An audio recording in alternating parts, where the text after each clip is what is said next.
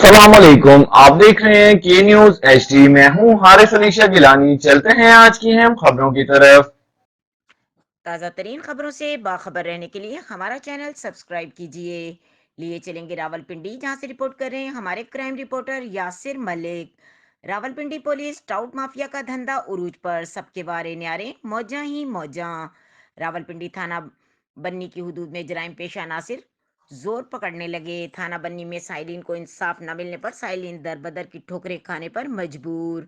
थाना बन्नी पुलिस मुलजिमान की पुष्टपनाही के करने में मसरूफ अमल। थाने में टाउट माफिया का राज पुलिस के हाथों कठपुतली बने हुए हैं।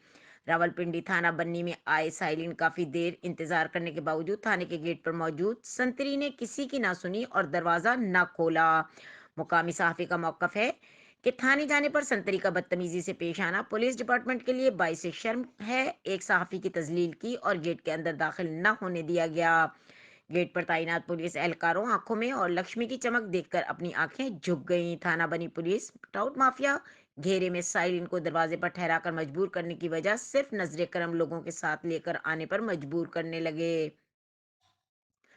पुलिस एहलकार मौजूदा तैनात थाने गेट पर सिवाय टाउट माफिया नजर करम लोगों को थाने के अंदर जाने दिया जाता है। वजीर आजम पाकिस्तान, वजीर आला पंजाब, RPO रावलपिंडी और IG पंजाब से शहरियों का मुतालबा है कि करप्ट पुलिस अफसरान को तब्दील करके इनकी जगह नेक, ईमानदार और निडर मेरिट पर आए अफसरान को थाना तैनाती की जाए, ताकि थाने की हदूद का माहौल खुशगवार रह सके और अवाम जी सके।